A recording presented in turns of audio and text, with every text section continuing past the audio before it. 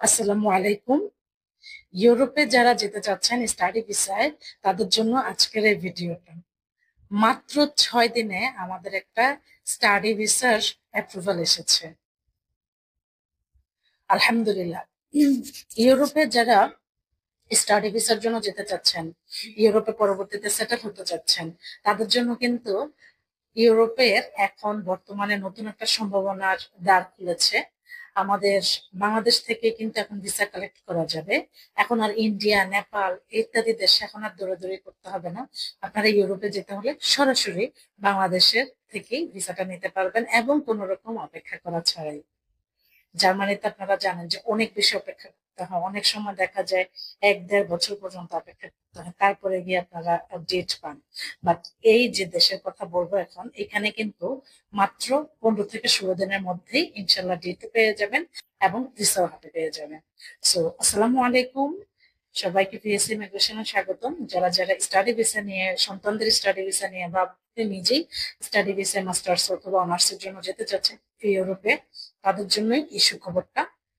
ইউরোপের হাঙ্গেরির কিন্তু বাংলাদেশে এখন কনসুলেট আছে। সো হাঙ্গেরিতে যারা যারা যেতে চান তারা কিন্তু বাংলাদেশ থেকে ভিসা কালেক্ট করতে পারবেন। এবং হাঙ্গেরির বিভিন্ন ইউনিভার্সিটি আছে, পাবলিক প্রাইভেট সব ইউনিভার্সিটি গুলো থেকে কিন্তু এখন যদি আপনার ক্রাইটেরিয়াটা সঠিকভাবে মিট হয় তাহলে কিন্তু আপনি অ্যাপ্লাই করতে পারবেন। এবং আরো একটা ভালো জিনিস হচ্ছে, আইএলটিএস ছাড়া মানে ইংলিশ ল্যাঙ্গুয়েজ টেস্ট ছাড়াও আপনি কিন্তু যেতে পারবেন।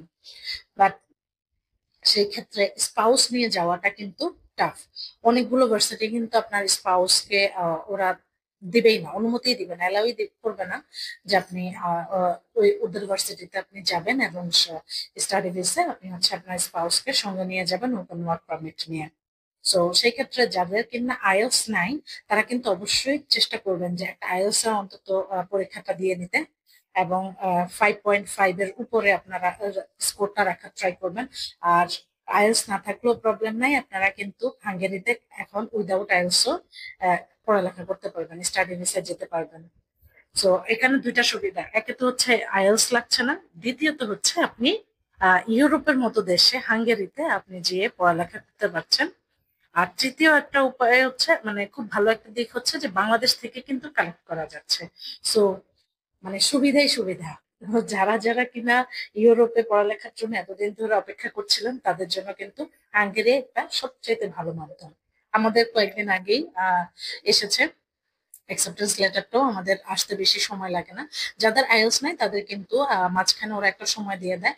এই সময়ের মধ্যে ওরা ছোট্ট একটা ইন্টারভিউ নেয়। ইন্টারভিউটা খুব কঠিন কিছুই না, নর্মালি ওরা আপনার সাথে জাস্ট একটু কথা বলে আপনার চেহারাটা দেখার চেষ্টা করে যে কিনা অ্যাপ্লাই করেছে আর আপনি দুজনেই সেম কিনা, জাস্ট এতটুকু ওরা ভেরিফাই করে, আর কিছুই না।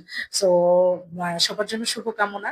আর আশা করি সবাই খুব ভালো থাকবেন। আর যাদের এই ব্যাপারে আরো কিছু জানার থাকবে অবশ্যই আমাদের নিচে দেওয়া নাম্বারটাতে যোগাযোগ করবেন, আমরা আপনাদেরকে সর্বোচ্চ সহযোগিতা করব। সেপ্টেম্বর ইনটেকের জন্য কিন্তু অলরেডি এখন আর ইয়ে করা হবে না, ওটা ক্লোজ হয়ে গেছে। কারণ এতদিন আমরা যেটা করছি সব সেপ্টেম্বর ইনটেকের জন্য, সো এখন এগুলি পার হয়ে যাবে।